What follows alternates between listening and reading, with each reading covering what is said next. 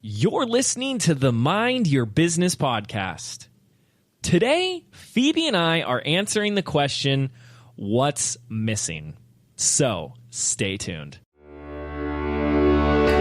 Hi, I'm James Wedmore, and I've built a 7-figure internet business that offers the financial freedom to do what I want, when I want. And I'm the first to say that hard work and hustle are not essential ingredients for your success. So, how do you build a thriving business from the inside out? This is the Mind Your Business podcast, featuring myself and co-host Phoebe Mroczek. All right, hello, ladies and gentlemen. Welcome back to another episode of the Mind Your Business podcast. My name is James Wedmore. And I'm Phoebe Mroczek. And thanks, you guys, so much for tuning in. I can't begin enough to express the gratitude. That's a big lesson or theme that we have here is gratitude. And I think it's just like so amazing. We just posted a cool photo. Did you see it on Instagram? I did. So Phoebe's down here. We're doing a couple days down in Laguna. Beautiful. It's the end of January and the weather is just unbelievable. And we just posted a photo like 2 hours ago, and just to have a flood of comments from our listeners, just a picture of Phoebe and I saying, hey, we're in town recording, and just like to have so many of our listeners sharing that they can't wait for more episodes, like that just, I don't know if they know this, but like that just fuels us to be like, all right, I don't care if I'm tired, let's do another one. So I just wanted to make a couple of shout outs to Jennifer DeMagd, Ellie Parvin, Robin Long, and Henry Olson. I just thank you guys. That really just always inspires us. So I think that's why I always try to bring it up on the podcast, because I love it. And it's so nice to know that people care and they're really listening and they want to support us. And I mean, if I had $1 for every time someone's like, oh, I shared that episode with one of my friends or my family, I'm like, that's so nice that you feel like we're giving you this value that you can really share with other people. Yeah. And, you know, on one level, I can imagine that the experience that we're having is the experience that you yourself want or crave or do have and want more of. You know, it's to be a content creator, to be a creative entrepreneur and put your stuff out there and have the feedback and to have others want to share it and talk about it. It really is like, as a creative entrepreneur, it's like, it's what we're seeking for. So thank you. And I think it comes down to two things, right? Identifying what your audience really actually wants. I mean, that's a big thing. Like, what do they actually want? Sometimes we get so caught up in, you know, someone told me I got to follow my passion and what do I want? And that's a big piece of it. But did we stop for a moment to really care and listen for what do they actually want? And that's a big piece of it. And then putting it out there, overcoming that fear that we've both talked about on the podcast several times, of the fear we've had of like, what if they don't actually want it, right? And so what if that were the game? What if that was the game, was just like experimenting with what do they actually want? Let's find out. And I think that's what we're doing. And, you know, sometimes it's fascinating, just like watching the podcast grow. There's some episodes that people like totally love, and you can just see it from the topic title, right? Like some titles just like skyrocket and others not so much. And sometimes we'll have to go in and kind of tweak the title. We've had to do that in the past, but it's an experiment. Well, and I think also with when you're saying, you know, what your audience wants, I think we just had a passion for it first. You know, I think we both wanted to open the conversation about, you know, around how to incorporate all of this entrepreneurial mindset and bring it back to a place where people can actually put it into practice. And, you know, because it is such a broad topic. So while we didn't actually know that that's what our audience wanted. So I think for us, it was like, well, this is what we want to talk about. So how can we marry that with what other people want and what they're craving? I'm going to challenge you on that one, because I feel like from my experience of it, where I had been taking on a few one-on-one clients and you and I had been having some conversations. So I had these smaller, almost like real life research. I mean, that's what I'm always doing. Like, what if we're just approaching everything? Like, get on the phone and call a customer. Hello, there's your market research. Yeah. So many people, and I don't let them put up with this for very long, say, but how do I do the market? What if I don't have it? Like, you find someone. It's not like people don't want to talk about themselves, you know? Yeah. It's very easy, folks, just to ask and be curious and inquisitive. And the experience I was having was working with clients, and I quickly saw they know this. They don't have any, there's no lack of information. They're not like, wait, what? I didn't know that you could do a webinar on the internet and sell some, you know?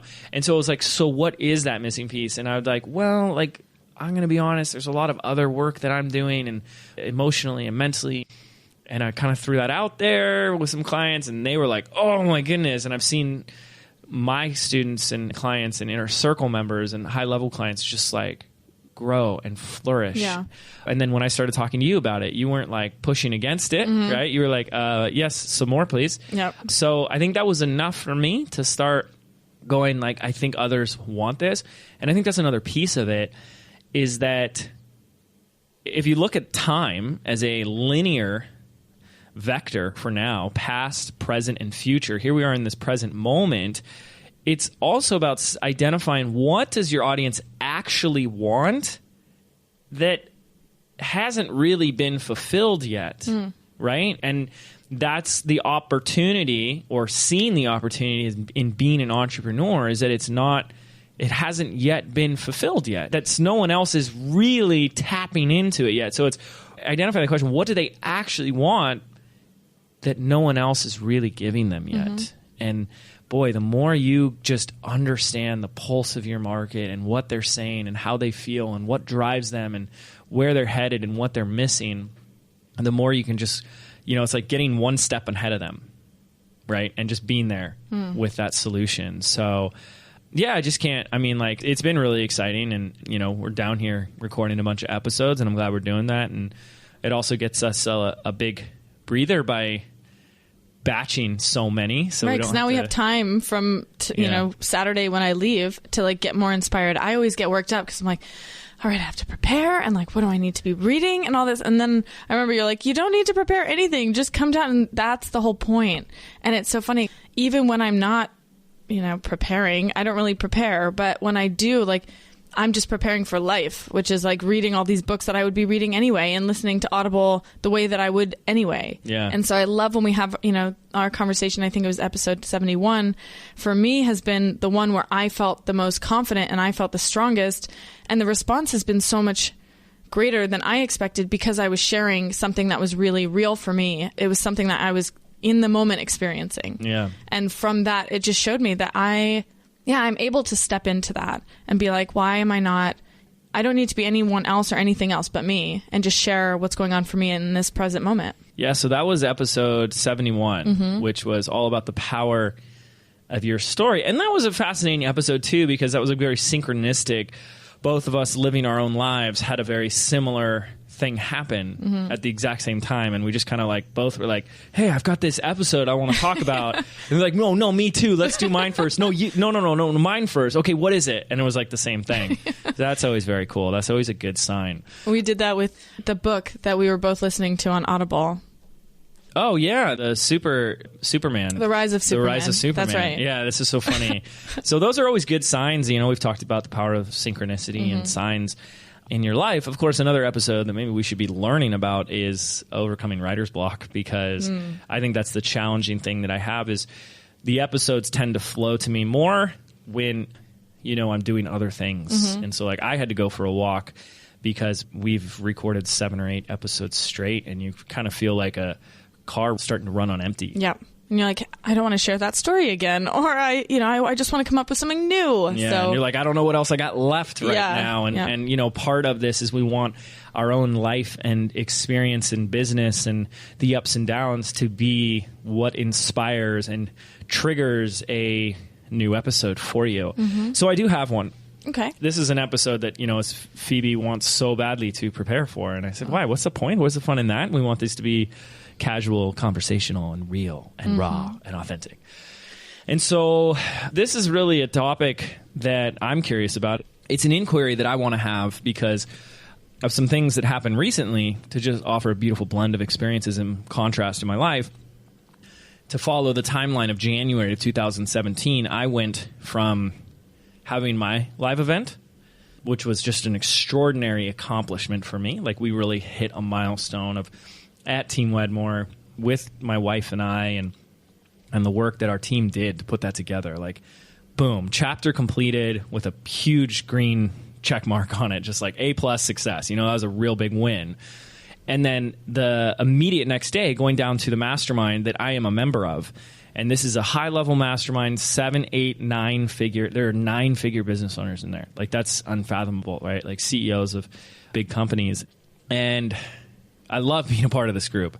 But what you saw in that experience or what I experienced from those two experiences, is you're going from being in a room full of people that a lot of them are just getting started. And, it's fine. We all just got started at one point, right? For me, I was telling Phoebe on a previous episode, like, the longer I keep doing this, the harder it is to remember what that was like. And so I'm really grateful to have experiences with someone who's really brand new or just getting started or still in those, slightly confused, slightly overwhelmed phases of business. And it's always so humbling. And then to go immediately into a room with probably the average person has been at it for 8 years, and you start to wonder, like, what are the differences? What gets people in this room? And can all the people that were in that first room eventually get to a room like this? Is it an inevitability, right? Is it just, it's a matter of time, right? Like, if you just keep, it's like working out. Is working out, like, if you just keep going to the gym and you don't stop, you're going to lose the weight. And this is just the big question I've been playing with. And then what was really cool is after the event, I went out to lunch with a couple that's in that mastermind, and they asked me that same question. They're like, I want to know your thoughts. Like, what does it really take to be success? And I'm putting all this in quotes. Like, I don't really want to define success as like, oh, that's success and this isn't. But like, what does it really take to get to, let's say, that level, to be in a room like that where you have to have a 7 or 8 figure business to even be considered? And it's just a great question. What do you think? What does it take? Like, if you could drink it as a shake, right? What are all the ingredients that have to go into that shake that you drink every morning? Well, I mean, my first, which I think you covered, my first would be, what is success? Like, what does that mean to you? And so if I'm going to create my success smoothie, what I'm going to put in it is consistency, for sure. Well, I think that, before even consistency, I think it's confidence. Well, and let's go back then and just define this whole thing, success, because I don't want to use it as it. Right. Because there are a lot of people, we know stories of people that are making hundreds of millions of dollars or run $100 million companies. And like, does that make someone more successful? And no, it doesn't to me. Like, we can't use money as the only thing, even if that's the game we're playing, because there are costs, right? Like, I've made decisions. I've pondered this. I don't want to run a company where has 100 employees and venture capitalists and stuff like. So that's just not the realm I want to ever touch in. And you just hear stories of the type of burnout and exhaustion and the pressure that some of these people face. So let's define success as, well, here's one way to do it is people talk about building their business. Like, if you were to build your home, right? Like, I'm building a new home. Eventually that home is going to be complete. It's going to be finished. And so we all should have, and most of us kind of have, some sort of vision for the business we're building. But we don't really think in terms of it being finished, complete, or done, do we? We're all just always building it, right? Like, well, I'm building my business or I'm growing my business, but we never really stop, or maybe some of us do, but most of us don't stop and say, well, what will it look like when it's done?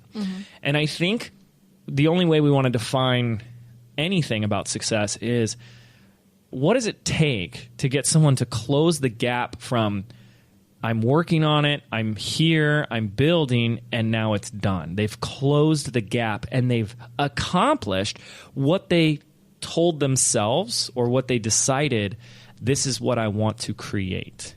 Does that start us off as a good foundation of like, someone just says, I just want $100,000 a year business.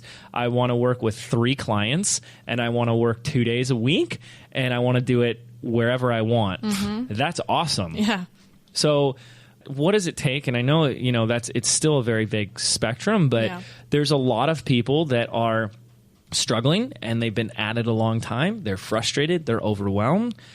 I want to have a conversation around that. Like, what is separating the people that are closing the gap from those that seem like the gap's getting wider?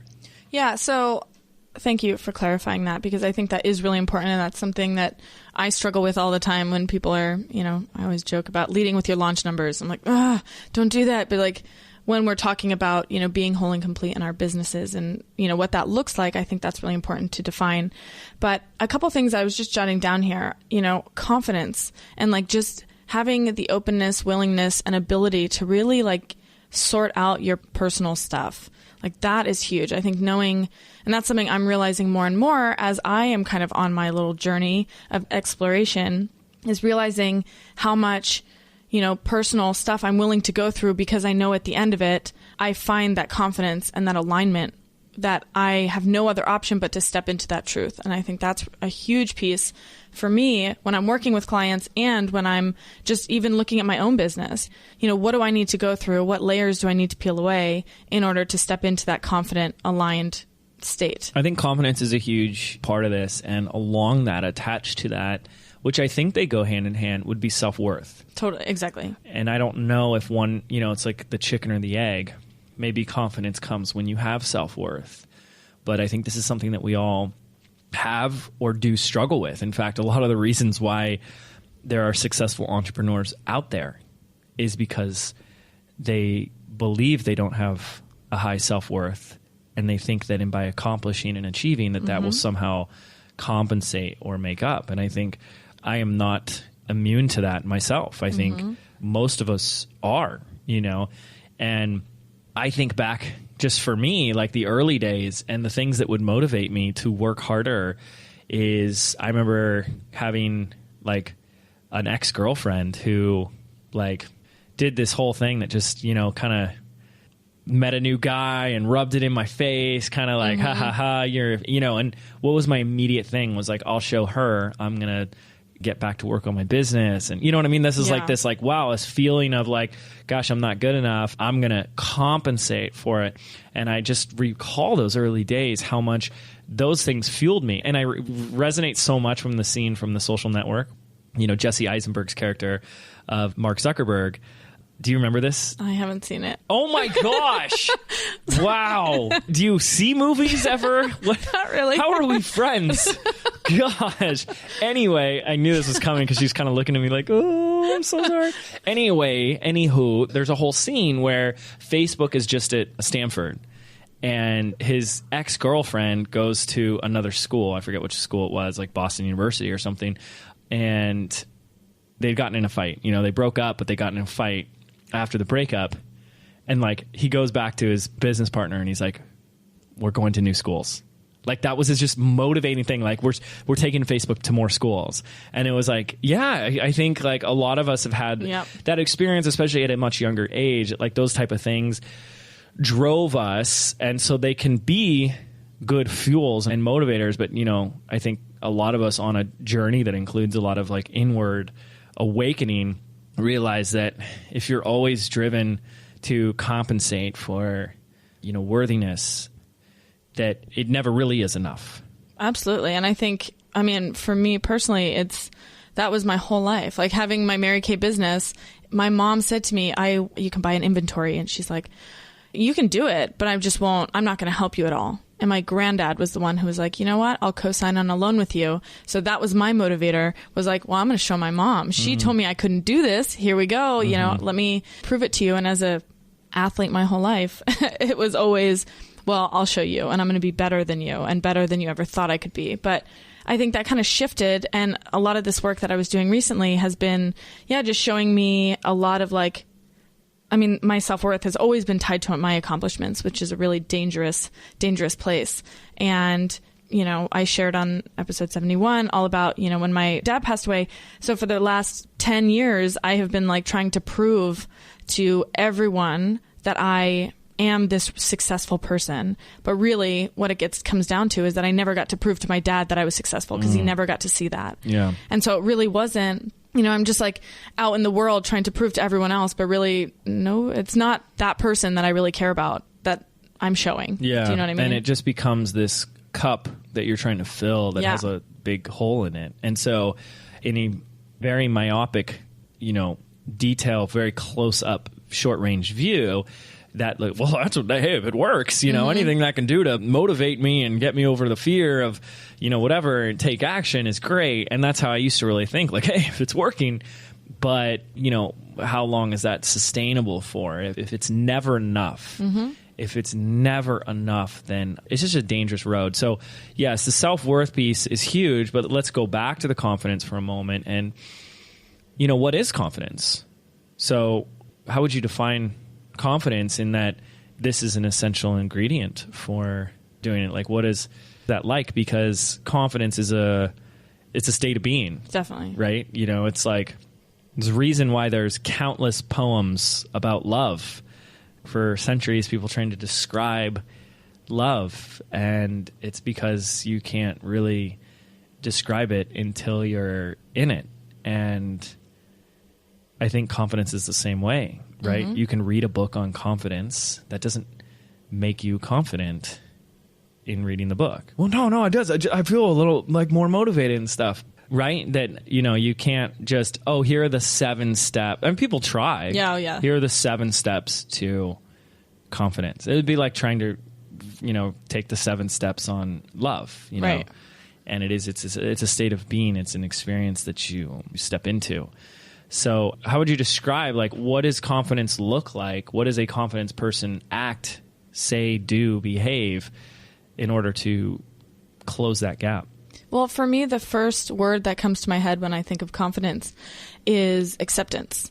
That's something that you're able to accept all sides of yourself and, good and bad. And how you label those is, a whole conversation. But I think that when you are confident, it's like this acceptance and trusting and knowing, because whatever's going to happen in the future, deep down that you're going to get it done, or you're going to do it, or you're going to exceed expectations, whatever that looks like. But there have been a couple times in, my business journey, building businesses and stuff like that, where I came to a point where I was like, I don't think I can do this. And, I get all this spiral and whatever. And I called one of my friends and he was like, all right, yeah, you're in a breakdown and all this, but like deep down, you're pretty confident. Like, you can actually handle this. I'm like, yeah.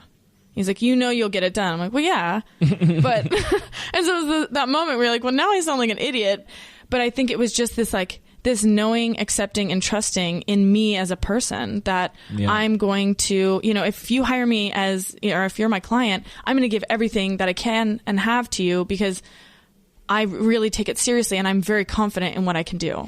Yeah, well, that's a big piece. There's a couple things I want to share there that's really important, is that I like to tell my students as they're stepping out into being a coach or a teacher or leader or facilitator to their students and to their customers when they doubt themselves. Maybe I'm not as good as some other person who's been doing this longer. And I say, maybe you're not. But there's one thing that you can have confidence in. There's one thing that you can always fall back on, and that is your commitment to them. Yep. And that's something that there's no amount of experience, there's no amount of competition that can ever affect that. And that has always been my go-to myself. Mm-hmm. That, I can create a commitment that is strong and pure and is their best intentions. That's all that matters. That's a beautiful thing of just like, like when you work with a client and to like kind of create this connection of like, what it really means to be there, to stand for them, to be their number one fan, cheerleader, supporter, to honor them, to support them, everything. That commitment is huge. Mm-hmm. You may not have the answers. You may not have the right advice. And a lot of times, like, That's what I learned too. Half the time, like, people aren't really listening to what you say anyway. So, like, we are always running around giving advice. So we think we've got to have the best advice ever. But, I hear so many people that don't take my advice. And so really it's just, what if you could just ask a really great question, right? Like this person who said, like, well, you know what you need to do. Mm-hmm. Like, they're not giving you any advice. They're just reminding you of what you already know. Well, you know what you do. You're good. You got this, right? Yeah, I guess I do. Yeah. Like, hey, you know what you should do? You should follow these 7 steps. Right. You know what I mean? That's where I think the commitment piece is so huge. But you started to bring something else up.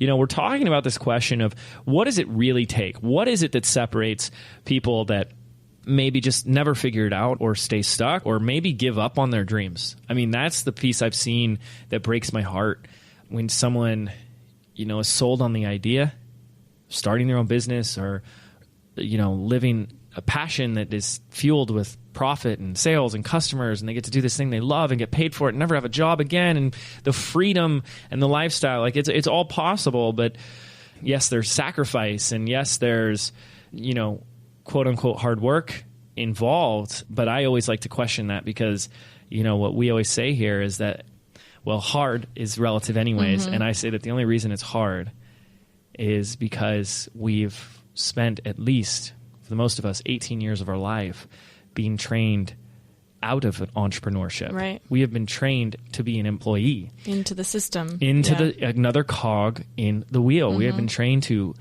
step in line, don't ask a question, raise your hand to go to the bathroom, follow authority, stay with the rules, don't break the rules. And entrepreneurship is exactly the opposite of that. It's all, everything that I teach, like, I start seeing, what's your process on this? Like, why did you decide to do this? And you realize really quickly everyone's doing it backwards.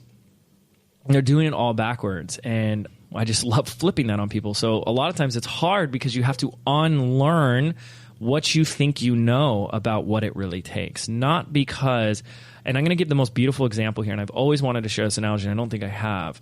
It's not necessarily hard because it's hard. It's hard because we might be doing it the wrong way. So here's a perfect example. So, man, and this is so powerful. Like, I think it's hard, and I think there's this struggle, and I think there's this hustle because people are putting effort and work and output into an outdated model. And so the only analogy that I can really come up with that embodies what I try and communicate, and this is why I wanted to ask this question, because it's like when you're there, you see it. Like, I can look at someone and be like, I can't put my finger on, I can't explain it, but I know you're missing something. There's something you don't see, you don't get. Just like with confidence and love, those are things that you feel as a being, as a knowingness, and you can't describe how it feels to be in love to someone who's never been in love. Unless you're just an award-winning poet. And I'm like, man, sometimes I just don't have words. And it's the same thing. I can only imagine that some, literary genius has the same frustration that I'm having. And I'm not trying to say this from some condescending way. It's just like when you want to help someone and you can see it and feel it, but you can't put it into words. There's a lot of frustration there. And so I think the best analogy I can offer at this time would be the analogy of the combustion engine.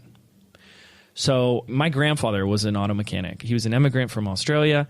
And when he came to the U.S. in, I want to say like the 1920s, during the Great Depression, he started an auto garage, Wedmore Auto. It was up in Pasadena until the last decade. He sold it off, years ago in the 70s or something. So I've always been like a secret grease monkey, restoring cars and motorcycles and stuff like that. And so the combustion engine, was invented like 200 and some odd years ago, right? And what I learned very quickly is that, and this is a fact in the world of engines and cars, is that the combustion engine is a very inefficient machine. Like, we're not going to get into all the technical stuff of it, but there's a way that they can measure the efficiency of a motor. And so for the last 200 years, all we've tried to do is advance this model of the combustion engine. Like, how do we make it faster? How do we make it, better gas mileage, right? How do we make it burn less smog and fuel and stuff like that, right? So we've tried to get the car to go from 0 to 60 faster. So we've been trying to improve this model. And then, of course, you have the electric motor, which the problem with the electric motor was never the electric motor. It was how to give it power. and how to keep the power. And so as soon as Tesla really locked down the technology of how to get a big enough battery so that people weren't just driving for 5 minutes and then the car died and you're stranded out in the middle of nowhere, they said, holy cow. And if you've watched the advancements of the electric motor, I mean, a Tesla Model S now comes stock, like out of the gate, like a 0 to 60 in like 3 seconds. So here is a model that we worked on improving for 200 years, and we can't even get an average car to 0 to 60 in 3 seconds. And then in just a handful of years, we can do that with a new model, the electric motor. That's what I feel, what I'm seeing with so many people is that the model that they're using is efforting. Right? Like, okay, like if I just grind and hustle and push harder and harder and harder and harder and kind of that backwards employee that my hard work is attached to the amount of money I make and these outdated beliefs and limiting or blocks or stories, that's the model we're trying to run off of. When really what we need is we just need an electric motor. We need a new model. And I really hope that that's what we've been offering. If not, that's what we're going to continue to offer, is that it's not about trying to improve on the outdated model, but give you an entirely new one. Absolutely. And I think when we're looking at building our business, so many people are putting out, these 12-step systems, and that works for some people. But it's also okay to look at those models and be like, well, all right, I like this aspect of it. I like this aspect of it. No, this does not work for me. Yeah. And having the confidence to throw that out if it's not working, and having the confidence to know that you can rebuild a part of the model that will work for you. Mm-hmm. I don't think for me and my clients, like I don't see that many people when they come to me, they're like, oh, well, I just didn't realize that there was another way to do it.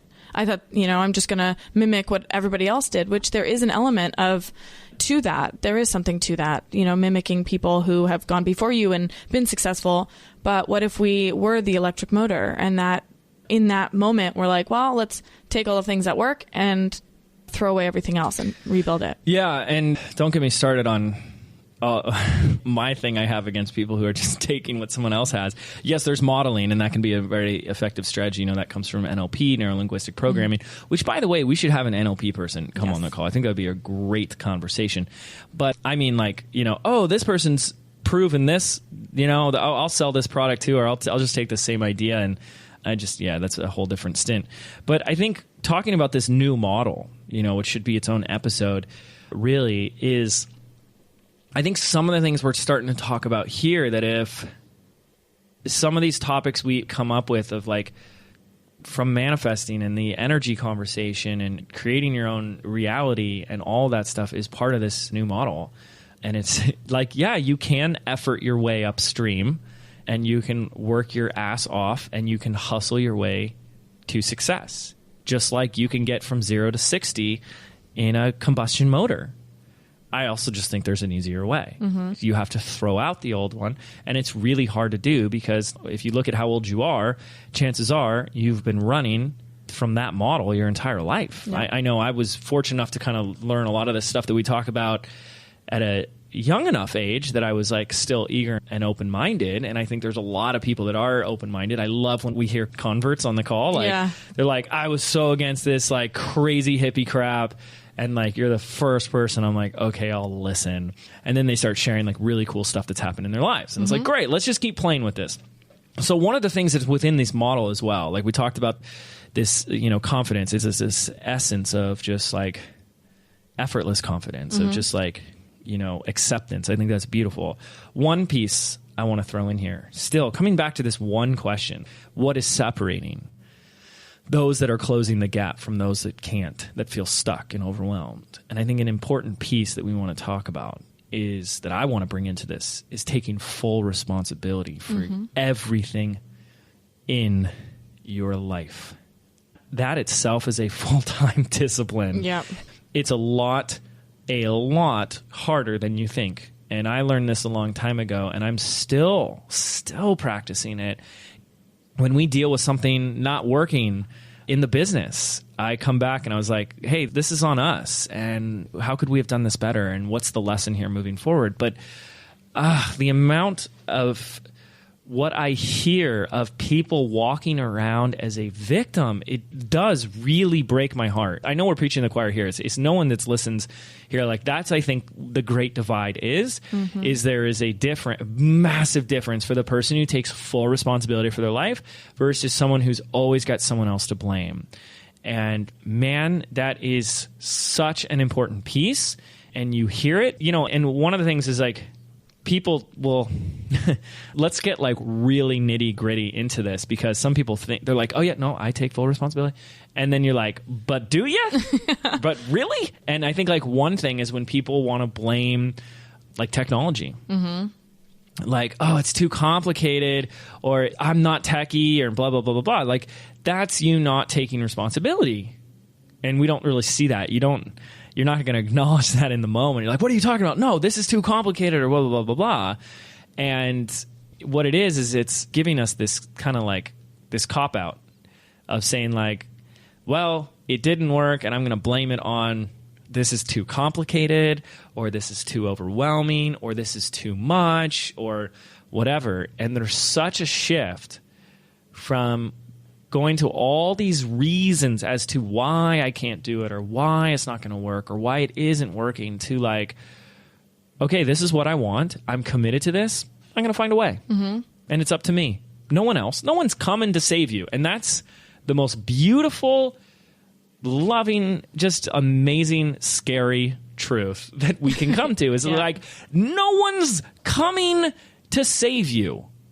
There's no one that's gonna, and I do think that's part of like what we were taught growing up, is that like there's always a teacher, there's always someone to help you, and at the end of the day, and then it's your boss, and then it's your spouse, right? And then and I think it's you, it's you and you alone. So we might as well take action and take responsibility. Yeah, I get really frustrated when I hear from clients or just peers when they're talking about virtual assistants. That's one that like really drives me crazy, when they are talking about all these things that someone else did wrong. And I'm like, oh, okay, what processes do you have in place? Or, what happened the last time, and how did you improve the process, from the last time? And they're like, well, she just doesn't understand, or he can't do it on time, or whatever.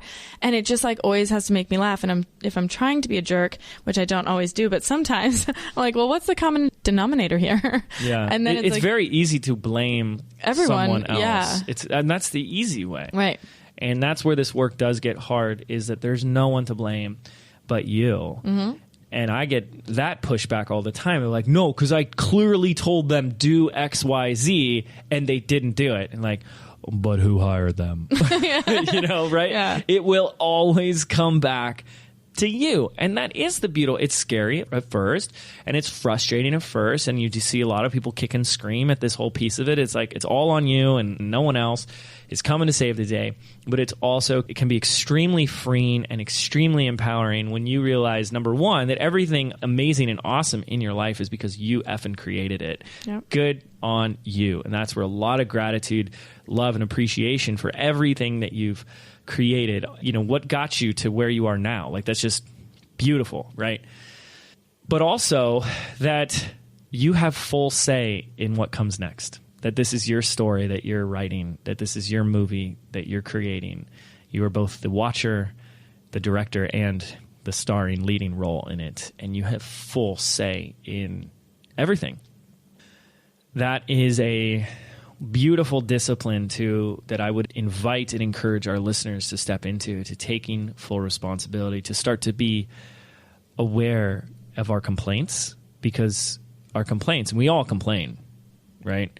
We had someone calling my phone during the recording, and I'm like in kind of a flow, like we've got our groove, and the person kept calling back 3 times, and like I'm complaining about this person, so we do it. It doesn't make you a bad person because you complain, but if we could become aware of our complaints, these tend to be indicators and times in our life when we, kind of cop out. We step out of the driver's seat of our life and we point the finger at someone else. Like, I could have said, hey, I could have turned my phone off. Like, think about that for a second. Like, just these little things. Like, why is this person bugging me right now? Is it so frustrating? It's like, Or, James, you could have turned your phone off or left it in the other room. Like, it's on me. It's not on them.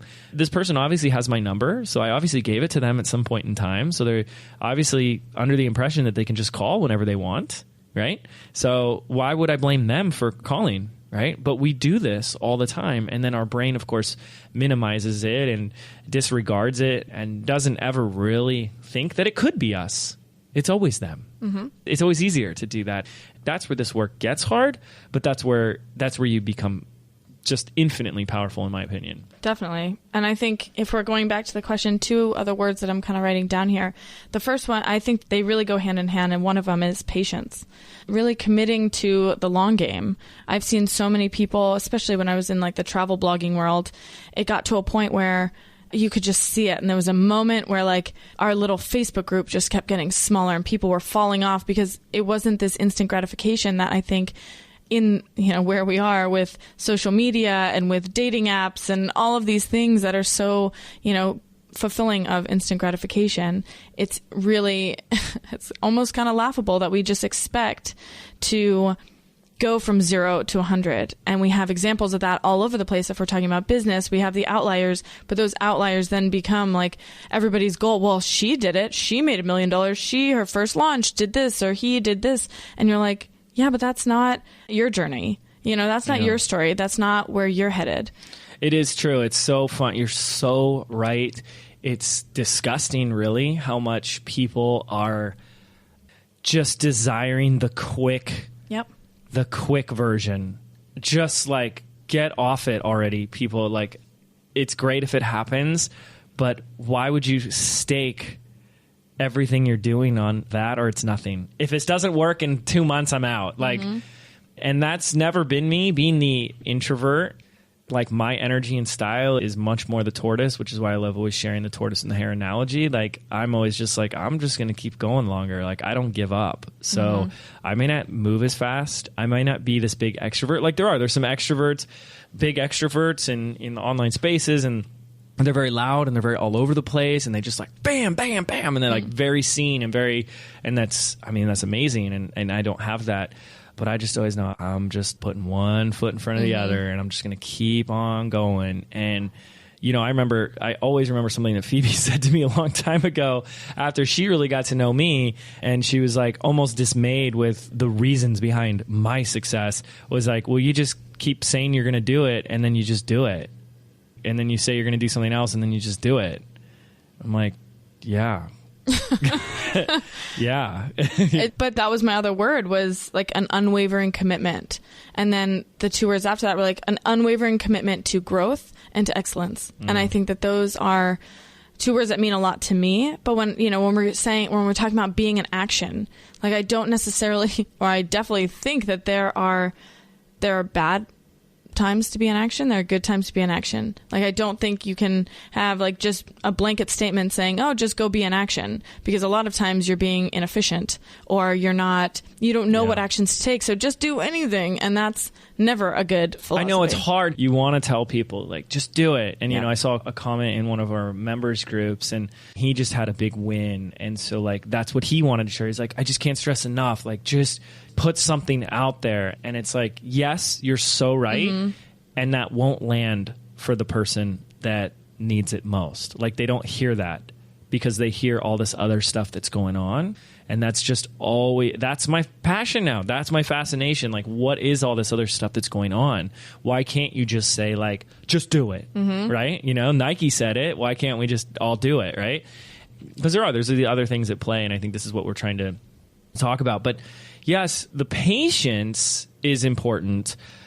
The patience and goes back to, they're all interlinked the way I'm seeing this, like, goes back to the acceptance. If you knew your success was inevitable, if you knew, like, you're walking outside, you just had a breakdown, you're just frustrated, maybe you just had the most failed project or failed, whatever, and you're walking outside, and a DeLorean comes driving up, and future you comes out, and it was like, Phoebe or John or Michelle, like, it's me from the future.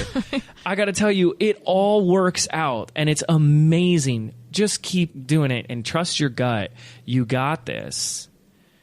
what would that instill inside of you? Like, what would you start to tell yourself every day? It's interesting because a lot of people are running from the fear that it's not going to work out. And they're letting that fear ultimately steer them. And that ultimately steers the result. An action taken out of faith and confidence is, a million times more effective than the same action taken out of fear. And so what if you just had this conversation with future you and they just told you, oh my gosh, your future is amazing. It all works out. Everything you put on that vision board of yours, hey, that wasn't necessary. You didn't need a vision board, by the way, but it helped and it was nice distraction for you and it made you feel good. But it all comes true. You get it all. So just keep doing what you're doing. Like the sense of peace, and it wouldn't even be patience at that time because patience kind of connotates that you're being impatient. Mm-hmm. Like you don't tell someone to be patient unless they're not being patient, right? So, but it would just be this, back to your word earlier, acceptance and knowingness and peace. And I can't tell you how much that plays a role. Like there is, for the longest time, always in me been a knowing. Just always been a knowing. And I remember, the woo-woo days have been a long time. So I remember going to a reader back in 2008. Oh, and I had just started getting started. And so I was in that hustle struggle, like work really hard, but it's not working and I'm desperate and I'm frustrated. And I went to this woman and all I cared about was how long until it pops? I know it's going to pop. I know it's going to work. And I know it. And first she said something. She was like, oh my gosh, and who knows, guys, this is all crazy talk, but it's fun to talk about this stuff. But she's like, this is crazy. I'm like, what? She's like, I just got a vision of me reading about you in the future, like an article about you. And I was like, oh, okay, all right, but there was a part of me then that knew, of course you're going to read about me, not from an egotistical, just yes, because I'm going to do these things and I know it and I feel it and I'm doing it. It's just, I had a lot of frustration because I was impatient, right? Because I want it now. Why hasn't it happened? And she started mapping out almost this calendar of what the next year or 2 or 3 would look like. And I'm like, oh my gosh, she was not giving me the answer I wanted. I was expecting 6 months, it's going to rain cash from the heavens and all this stuff. And it was such a bummer. But my ultimate lesson in that time of my life was learning patience and not having frustration, because that's what would happen. The impatience would turn into frustration of it's not happening fast enough. And I think the moment I just lessened my grip and just accepted what was for what it is at the right time, because it is the right time and it's perfect and there's nothing to fix, nothing's broken. I think that's when the floodgates started to open, that there was nothing wrong. And that goes again back to the confidence piece. I think a lot of these just all tie back in together, and it's very easy to let go of that when you are taking full responsibility. And it's not if I'm always blaming, well, it's the economy or it's the president or it's the market or it's whatever, then you're pretty powerless there. Well, I remember we got a question that came through. I don't know. I can't remember if it was in the Facebook group or on SurveyMonkey, but it was something about, I guess on one episode I had spoken about how I've just always known that I would be, successful or whatever. And someone was like, could you dive deeper into that? And I'm like, that is so funny. The question was more how have you always known? And that's it. That's such a hard thing to explain. But I do know that, well, something that I've learned, I guess, even pretty recently within the last, 5-10 years has really been, okay, so something I've always said is let's say that I live to 100 years old. Well, I'm 31, so I've got a long time to go. And if I hit it big right now, then what happens? Right. I'm well, that's kind of boring. And what am I going to do for the next 40 years of my life? Yeah. And it's and it's just really, and, I'm saying this to the podcast listeners just as much as I'm saying it to myself, which is just to really learn to enjoy the journey. But, one of my many words is all about fun. How much fun are you having in your life? And, I've had a couple conversations with my grandparents and with my mom, and it's always been, one of their regrets, which hopefully you don't have any, but I'm pushing and prodding a little bit. Well, if you did have a regret, what would it be? And, my granddad was like that I didn't have enough, or I didn't have as much fun along the way. And he's like, all the fun really started when I turned 50. And I was like, whoa, that is so awesome. My dad said the same. He's like, Really? my 50s were my best years. Exactly. My mom, because I had a big breakdown when I turned 30, she was like, girl. Oh, I wish she talked like that. She did not say that. But she's like, life doesn't start till you turn 40. And it was just such a nice, like, refreshing. I took a big, deep breath and was like, okay, like nobody is and that's the thing that when I started to realize just how much pressure I was putting on myself. And I don't ever realize it until I'm having a conversation with someone. Yeah.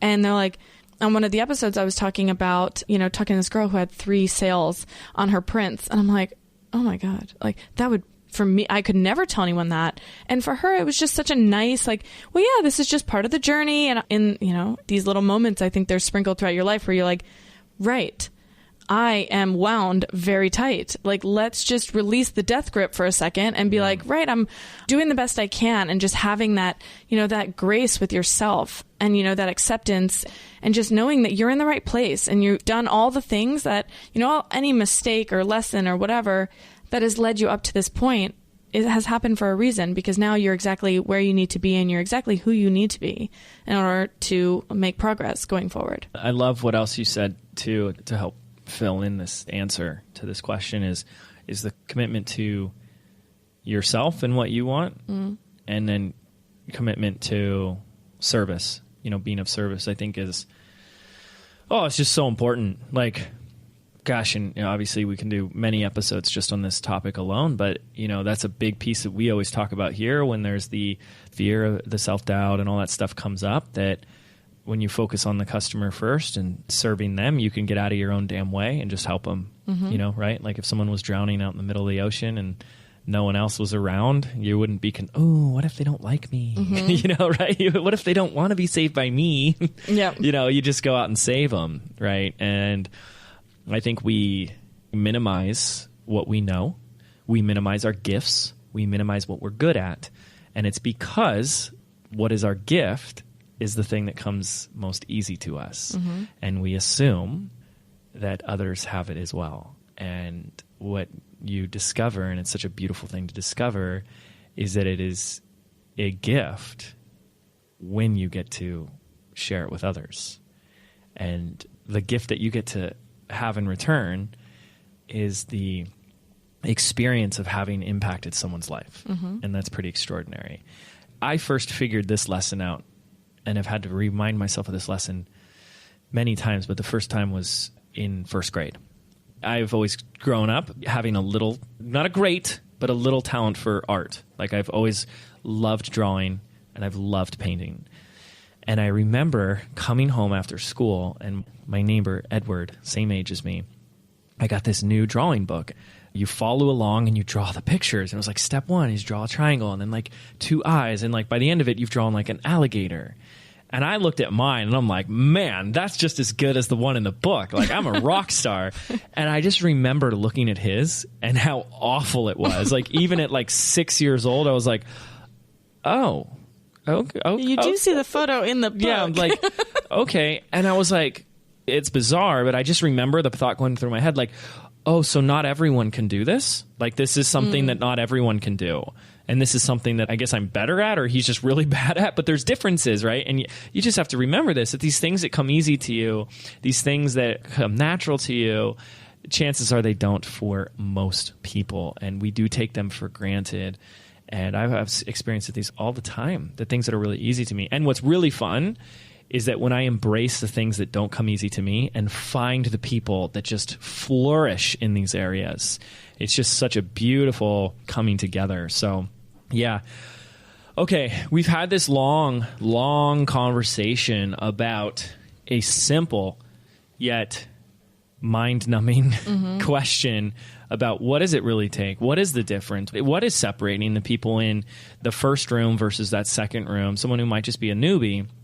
I don't like using that word, but, it helps categorize some people who are just starting out versus someone who's in the 7, 8, 9-figure club. And we've talked about a lot here. We've talked about this essence of confidence and acceptance and self-worth. We've talked about creating habits of consistency and patience, understanding that it takes time.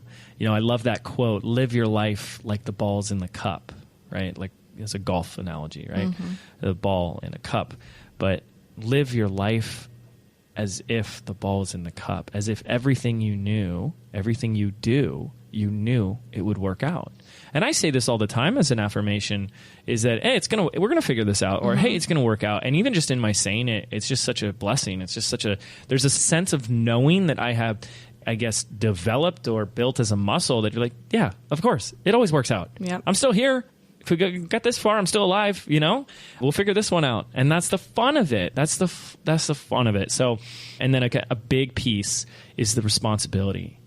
Boy, that's deserving of another episode. How we can really take full responsibility for our lives, and having a commitment to your life, a commitment to the lives of those you serve. These are all huge things. Is anything else come up for you? What separates those, or what makes the difference to close the gap? There is a word that keeps coming up for me, which is compassion. I think being able to be compassionate with yourself and with others, and being able to understand, for me, that's been a huge lesson, especially recently, just knowing, that I think that it does actually tie into, the trust and the confidence, but being able to put yourself in somebody else's shoes, and realize that we're all on the same team here. We're all doing this together, and just being able to be compassionate with, the things that you've been through, and knowing that, everything does work out. Actually, the phrase that I like to use is live as though it's your first day, not your last. And everyone always says, live as though it's your last day. And I'm like, I hate that, because on my last day, I don't want to be, I've got so many to-dos. Like, exactly. I got to get my death certificate in order, like my will. Yeah, but like if you were born today with your brain, your motivation, your inspiration, all of these things that we've just listed, the confidence, in exactly, where exactly it is right now. Think of all the amazing things that you could accomplish from here on out. Yeah, because you'd have no baggage from your past holding you back. Yep. Well, that's another episode. Something else that comes up for me, the last thing before we shut up so you can get on with your day, is asking. I think you can have all these things, and they're beautiful, and you can live an extraordinary life, yet in business and being an entrepreneur, where a big piece of the game is money, you have to ask. You have to ask for the money. And I see people get 99% of the way there with all these other things, with working hard, right? With that commitment. I was confident. And they don't ask. And that can be the scariest part, but also really fun. And today, especially the more I know, the more I am reminded of how I've been able to help people, and how much I see that the transformation really starts when the transaction begins. I love asking. I love telling people, hey, it's $15,000 for a day to work with me. You in? And it's okay. If it's a no, it's a no. If it's a yes, great. Here's a link. And that's a big piece that when I look at this list that we've kind of come up, like, I want to say pause, like, just for a moment, is that we did not plan for this episode. I just started with a question and let the answer organically come. And as I looked at this list that Phoebe and I co-created here, I felt something was missing. And I just think that's a powerful piece to tie it in, is to ask. Don't forget to ask, to put your foot down on, this is what I'm worth, this is what I charge, and this is what I'm asking for. And there's this quote that I think gets maybe misinterpreted, but just misused. It's a beautiful quote, the Zig Ziglar quote, that says you will get all you want in life if you help enough other people get what they want. Not if you don't ask for it. And I can't tell you how many times I've seen people live by that quote. And so they go give of themselves selflessly, which is a beautiful thing. That's not the problem. But they do it with this expectation that they owe me something, right? Like, I did this for you. You owe me. And then they resent the person because they don't return the favor automatically, or because other people don't treat you that way. And at the end of the day, you just got to effing ask. Just ask. The worst that's going to happen is someone's going to say no. And there are times that this still comes up for me when we want to pitch a big offer or a new product or anything. And I just go back to, my favorite philosophy that was, it's really heavily adopted in Silicon Valley, which is to fail fast, fail often, and fail forward. And I don't think you can fail without asking. It's like you're doing everything except showing up. It's at that moment of the ask where you either get the yes or the no. And I always am reminded of dating. As a guy, the single guy is always so nervous when he's got to ask the girl out on a date or approach a complete stranger and ask for the phone number. He can do everything else in the book, and that's usually what gets him in the friend zone, right? But it's not until he asks that he's actually taking it to the next step. You know what I mean? Yep. And actually, it was funny when you said ask, I started shaking my head because I literally had written down asking, and mine went a different way. The way that I interpreted it was in a conversation that I had with someone called Dan Martell, and he and I were talking about how he's like, I already know your type. I already know, I can tell you all this about you and all this. And I was like, okay, what's that? And he's like, you never ask for help. And I was like, you're right. And he goes, you have a good network of people around you. When's the last time you asked someone for something that you needed? And I was like, I don't know. Putting me on the spot. I don't know. And he's like, well, let me tell you, that's being really selfish. And he's like, because you're helping all these people achieve their business goals and build their stuff, but all they want to do is help you. And if you don't ask, you're not allowing them to close that loop. And that is allowing the loop to be forever open. Yeah. And that is selfish. Well, I know you think it's going in a different direction, but I think it's all connected. It's all the same thing. It's asking on your behalf. Yep. And whether it's for help or for payment rendered, for services rendered. So it to me, it's all the same. That's pretty awesome. So did we get them all? I think so. Sense of humor? Always. If you do not have a good sense of humor. Dashing good looks, silky smooth voice, and a great podcast. I mean, that's all you need. Gosh, that's what we do. We come in here into these deep, serious topics, and then we just crap all over it with some cheesy joke. We just giggle. So awesome. Great episode. I hope you guys enjoyed this. We came to it with just a question. The quality of your life is determined by the quality of questions you ask. Ask yourself. Ask others. So if you feel stuck, if you feel overwhelmed, if you feel like something's not working right now, there's a problem, a hurdle, or an obstacle in your life, start by asking a really good question. Not a question like, why is this happening to me? Why does this always happen like this? What did I do to deserve this? Those aren't really good questions. But a good question would be, what's one possible solution for this? What's the answer? What's the lesson? What's the breakthrough? How can I solve this? How can I fix this? How can I avoid this from ever happening again? Who can help me? Those are good questions, and you'll be surprised at the answers that come up for you. I'm James Wedmore. I'm Phoebe Mroczek. And we'll see you on the next episode. Take care. Are you frustrated that no matter how hard you hustle, no matter how much you get done in a day, you still feel like you have little results to show for it? Do you feel like you're doing everything right, but there's still something missing? Well, what if there was an easier way? What if your business could be fun, effortless, and profitable? Phoebe and I have put together a free audio MP3 for you, compiling the 77 business affirmations for creating success from the inside out. And we want to give it to you absolutely free. This is your chance to rewire your brain for bigger results in your life and your business. To get instant access absolutely free, simply visit 77affirmations.com. That's the number 77affirmations.com.